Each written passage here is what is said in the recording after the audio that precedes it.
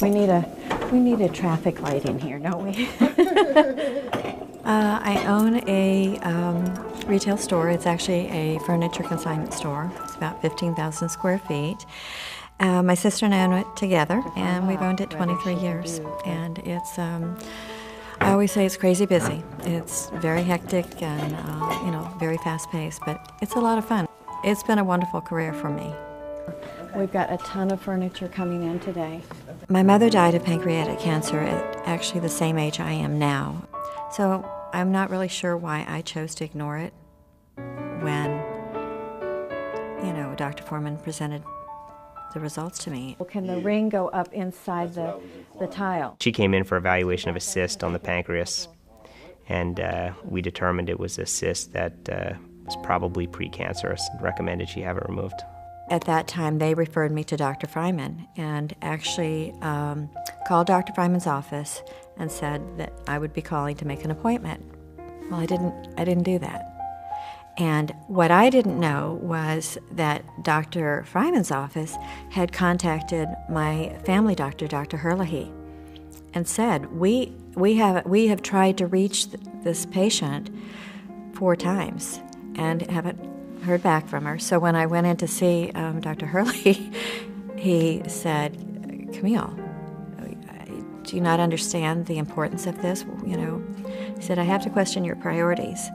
He said, they are trying to reach you. I was extremely concerned about her case because of the fact that her mom had died of pancreatic cancer at a young age, and because of the fact that she had a suspicious-looking growth on her pancreas. From the minute I walked in there and sat down and talked to Dr. Fraiman, I just had such confidence in what he was telling me, how he explained it to me, how he answered my questions, because I had come to the office with 2 pages of questions. I really didn't want her to think that, that she could go into the denial mode and then she was going to be okay. I mean, I do remember it was quite a process to kind of get her to understand that this was a lot more serious, or potentially more serious than she was letting herself believe. Dr. Fraiman explained to me that it wasn't going to get any better, and that I really, I was going to have to address it at some point, whether I chose to watch it for another few months or elect to do something right then. Wiring, so we're going to have to find a place to actually... She is a very vibrant, active 63-year-old woman. She owns her own business. She, clearly is somebody that could live a long time. And to ignore a disease that's potentially curable at an early stage would have been a real foolish choice for her. What Dr. Fraiman said to me was, Camille, you're a young 63-year-old woman. Right now, you have a choice. He said, if you wait, you never know how long is too long to wait. He said, and then that choice is a whole other ballgame.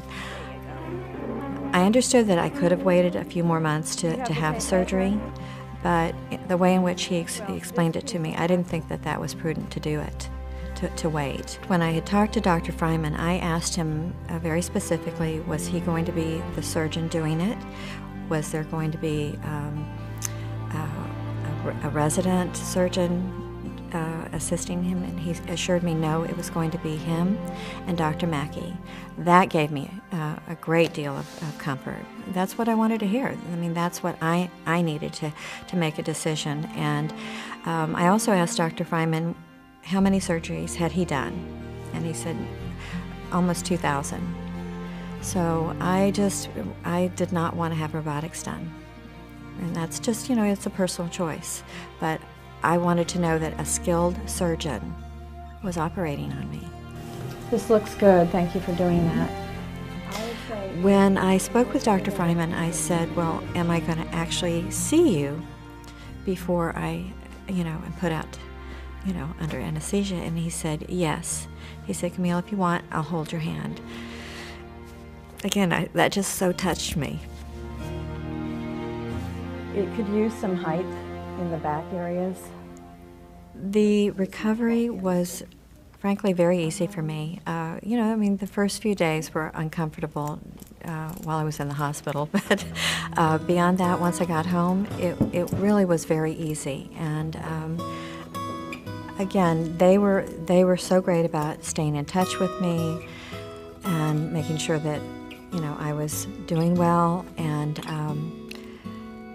I honestly, I was really very surprised how quickly I started to feel back to normal. I feel so fortunate that they found it early and that I had a choice and that I was able to do something about it and then just move on and you know, get on with my life.